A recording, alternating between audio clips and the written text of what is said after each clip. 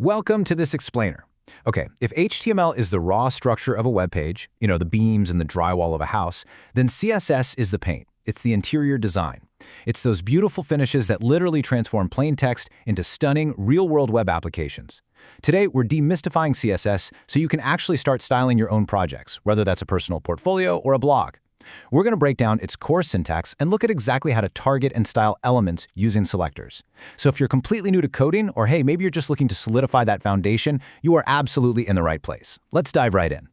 Here's our agenda for today. First, we'll look at the anatomy of CSS. Second, the element selector. Third, the class selector. And fourth, the ID selector. Section 1. The anatomy of CSS. Breaking down the code. All right, take a look at how clearly the grammar maps out here. Over on the left, you see the selector, in this case, an H1. That points directly at the HTML element we want to change. Then, inside that declaration block, we give it our specific instructions. We're telling it, hey, take the color property and give it a value of blue. Then take the font size property and give it a value of 12 pixels. The expected visual output here, the browser goes in, finds all those H1 tags, turns the text blue, and shrinks the size down to exactly 12 pixels. Let's formally define these pieces, starting with the selector. The selector specifies the exact HTML element or elements that your style will be applied to. I like to think of it as a laser pointer. It tells the browser, hey, look right over here at this specific H1 heading, or, look at this table. Because without a selector, the browser literally has no idea what you're trying to customize. Okay, so once you've pointed at an element with your laser pointer, you use a property. A property defines the specific aspect of that element that you want to style. HTML elements have dozens of properties you can tweak. Imagine the before and after on your screen. Changing the color property alters the text itself, border puts a box around it, and background color completely fills in the space behind it. And finally, we have the value. The value specifies the exact style setting you're assigning to that property. So if your property is color, your value might be the word blue, or maybe a hex code like hashtag F1, F1, F1.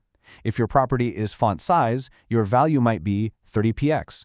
Basically, the value is the precise instruction that completes your rule. So the absolutely crucial point here is understanding what I call the golden rule of CSS syntax. It's selector, open curly brace, property, colon, value, semicolon, close curly brace. Really pay attention to the punctuation here, because honestly, for beginners, this is exactly where things tend to break. That declaration block, it must be surrounded by curly braces. The property and value, they've got to be separated by a colon. And crucially, every single declaration must end with a semicolon. That semicolon is basically the period at the end of a sentence. If you forget it, your browser gets totally confused, your styles probably won't load, and you'll be spending hours pulling your hair out over one missing dot. Seriously, don't forget the semicolon. Section 2. The element selector. Styling by tag. So the element selector is exactly what it sounds like. It targets specific HTML elements directly by their tag name. When you use an element selector, it applies your styles globally to all instances of that tag on the entire page. Meaning, if you target the H2 tag, every single H2 heading on your page is going to instantly adopt those styles. It's just a fantastic tool for setting baseline global styles for your website. Like say you want to ensure every single paragraph across your entire real-world blog shares the exact same highly readable font. This is exactly how you do it.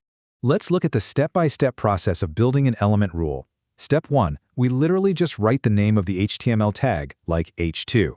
Step 2, we open our curly brace for the declaration block. Step 3, we assign our property and value. Let's go with color, colon, red, semicolon. And step 4, we close the curly brace. The expected output here is that instantly, the absolute second the browser reads this, every H2 text on your screen will turn red.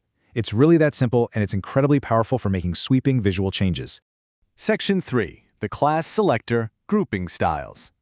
Now, the class selector is going to be your go-to tool for applying the same style to multiple specific HTML elements, regardless of what tag they actually are. Instead of targeting the tag name itself, it selects elements that contain a specific class attribute in the HTML. Now, pay super close attention to this syntax rule. In your CSS file, a class selector is always written using a period character right before the class name. Forgetting that period is one of the most common beginner mistakes out there. That period is the signal. It tells the browser, hey, I'm looking for a class here, not an HTML tag.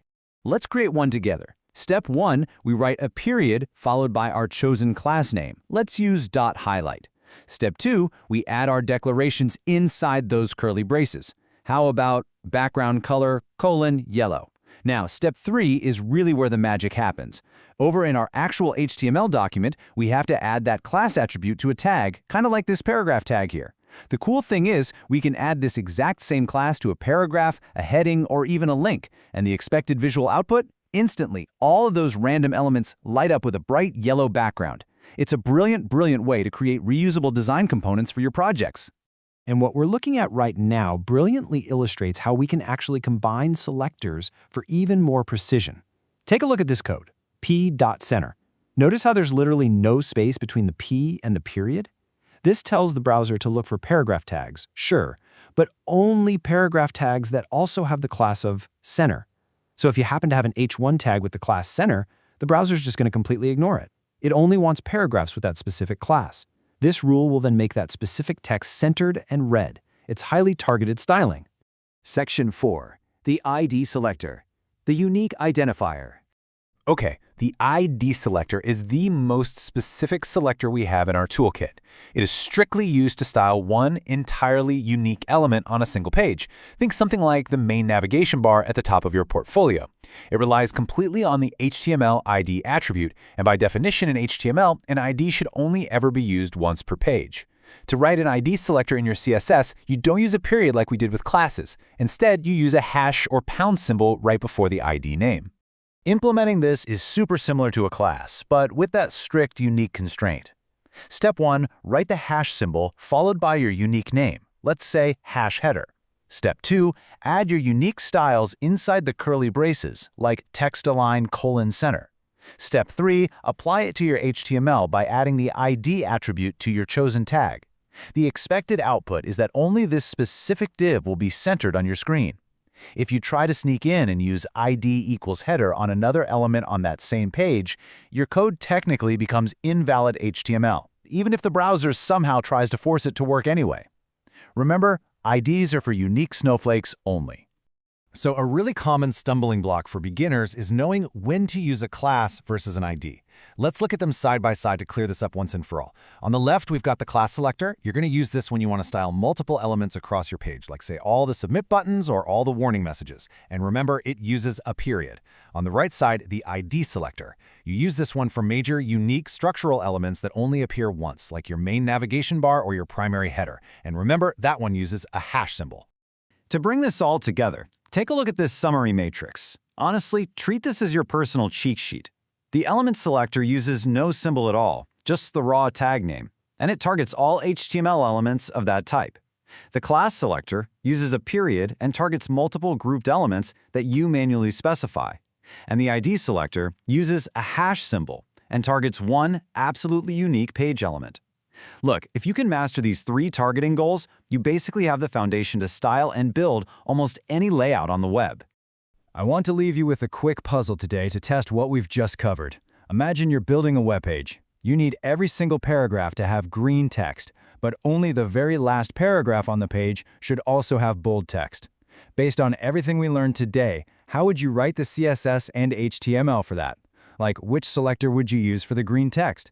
And which selector would you use to make only that final paragraph bold? Think about it. Thank you so much for joining me for this explainer on CSS syntax and selectors. Keep experimenting, keep coding, and I will see you next time.